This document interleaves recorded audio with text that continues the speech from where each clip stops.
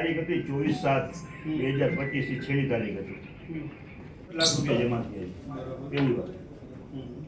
બીજી વસ્તુ સાહેબ, ગઈકાલે અમારા વિરોધ પક્ષના નેતાએ આપ પ્રેસના મિત્રોના માધ્યમથી જામનગર મહાનગરપાલિકામાં જે કાયમી સમગ્ર ગુજરાતમાં એક મહાનગરપાલિકા એવી છે કે કાયમી વિવાદમાં હોય અને ભ્રષ્ટાચારમાં તો ક્યાંક એને ગોલ્ડ મેડલથી ઊંચો મેડલ હોય નહીં દેવાની જરૂર છે આ મહાનગરપાલિકાને.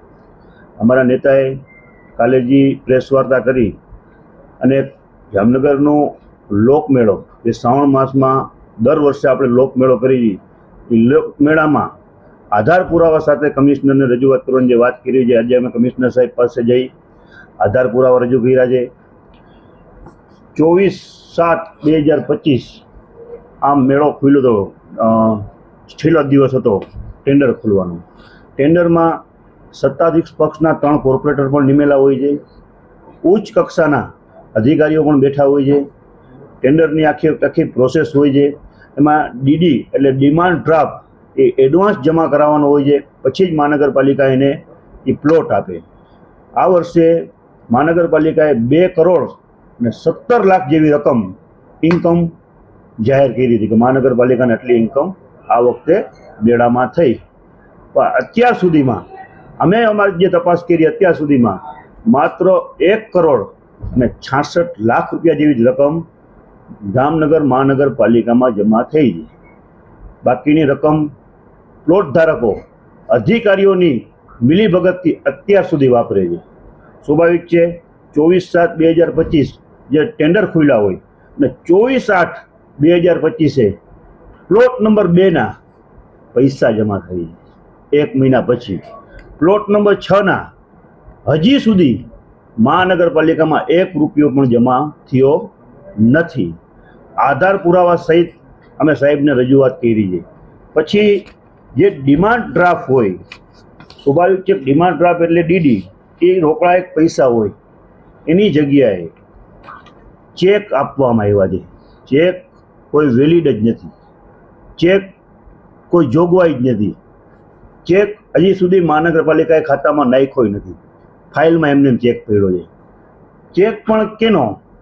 પાર્ટી બીજી, પ્લોટ ધારક બીજો, ચેક બીજા ભાઈના નામનો.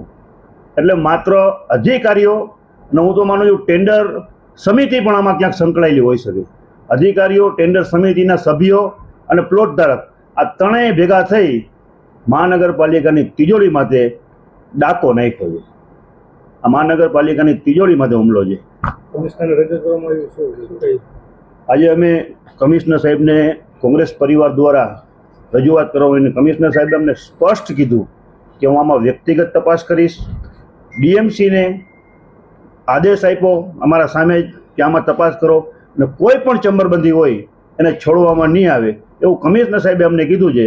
અમે થોડાક દિવસ સાહેબની નિર્ણયની પણ રાહ જોશી, નકર આવનારા દિવસોમાં સ્ટેન્ડિંગ કમિટી હોય કે જનરલ બોર્ડ હોય, આ મુદ્દો ક્યાંય અમે સાખી લેવાના નથી.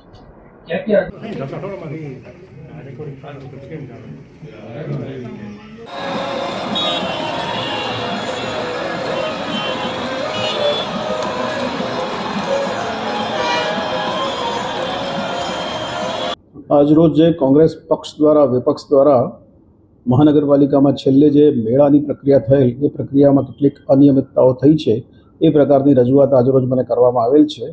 જે અંગે વિગતવાર તપાસ કરવામાં આવશે અને આમાં જે કંઈ ખોટું હોય એ ચલાવી લેવામાં નહીં આવે અને જવાબદારો સામે સખતમાં સખત પગલાં લેવામાં આવશે. બિલકુલ, જેમ મેં તમને કહ્યું એમ આ તપાસ સોંપવામાં આવેલ છે અને આ અંગે તપાસનું રિઝલ્ટ આવ્યા બાદ જરૂરી કાર્યવાહી કરવામાં આવશે.